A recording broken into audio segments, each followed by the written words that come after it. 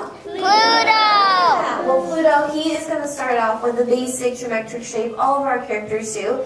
And Pluto starts off with a circle. I'm just going to round out my circle here on either side. Let me look at it. And within the circle, I'm going to sketch out one right over here in that right-hand corner for him. And I'll do the same thing over on the left side to match that. So this way you have your basic foundation for Pluto. Or you can just starting to stand out here from the rest of our drawing. Well, his nose is on the end of a snout. Well, with those snout lines in place, we can also start to form in his cheeks. And to form in his cheeks, what we'll do is connect our third snout line to where our oval and our circle meet. So this is going to look like an upside down U shape here for him. I'll just come back here and darken that shape in. And I'll do the left side. And again, I'll just darken up this half of his muzzle. But again, I'll just stop right when I get underneath his nose.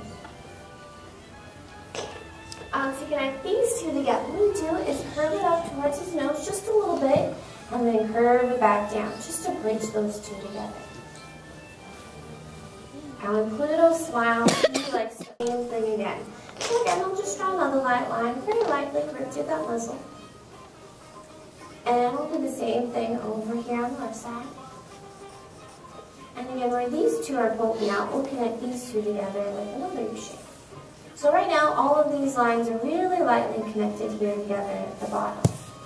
Now we need to add in his tongue. Now for his tongue, you can stick it out over towards the left-hand side or to the right. Doesn't matter either way for him. I'm going to stick it out over towards the right. So I'm going to come over here to this first U shape that we made, and I'm going to have a candy cane come up at an angle. Alright, next to this candy cane, I'm going to add in a second candy cane. Now this second candy cane is going to loop around right underneath his chin into a letter J, or a hook. And then we'll just curve it right back up to that first U shape that we made. So then you've got his tongue in place. And with this tongue in place, you can start to go back and darken up the U shape, the part that's not hidden behind his tongue.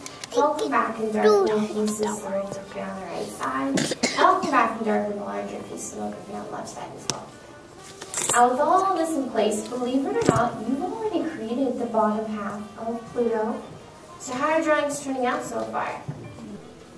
Alright, from this curved V shape, we'll curve this up towards the top of our circle, and we'll just sharpen it right back down towards that cheek and that snout line meet.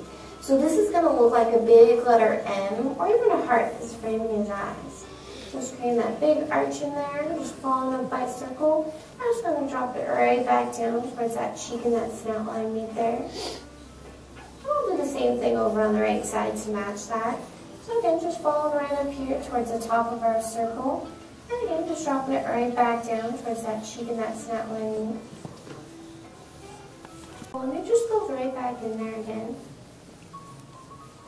I left a little space in between the two eyebrows because Pluto also has a little bump on the back of his head. And even though he's looking straight ahead, we're still able to see a little indication for that bump. So right between those two eyebrows, I'm just going to just a little bit. You can also go back and darken up the rest of your circle here on the sides. Just from the eyebrows down towards those cheeks, just picking out your favorite circle line here along the way. On the left side. And I'll do the same thing over here on that right side as well. If you want to be all fancy with the eyes, you can always add a little circle up in the top corner. Helps to give a little glimmer, a little shine where the light source is coming from. But you want to go back and darken up these eyes as dark as you can. These are where all the focus goes to, is right inside those eyes. Really helps for characters that don't even speak, just like Pluto, like Dumbo and Dopey, sometimes Tinkerbell. Depends, I think, on our mood. With his eyes in place, we also start to have to add in his ears. And where his ears are going to sit is right through the middle of our circle, so that's about right here and about right here. And you can have fun with the ears. You can have one any which way you want. As I make a U-turn here at the bottom, as I come back closer to his head, I'm coming back smaller, so I get that stretched out teardrop shape that I'm looking for. I'll just go back here and darken that ear in. I'll have the ear be waving at you. You don't have to do the same thing that I do. But again, I'll just start right here at that little line that I made. I'm just going to draw a curved line that's going to curve up and then loop it around here. Mine kind of looks like a question mark sitting here on its side.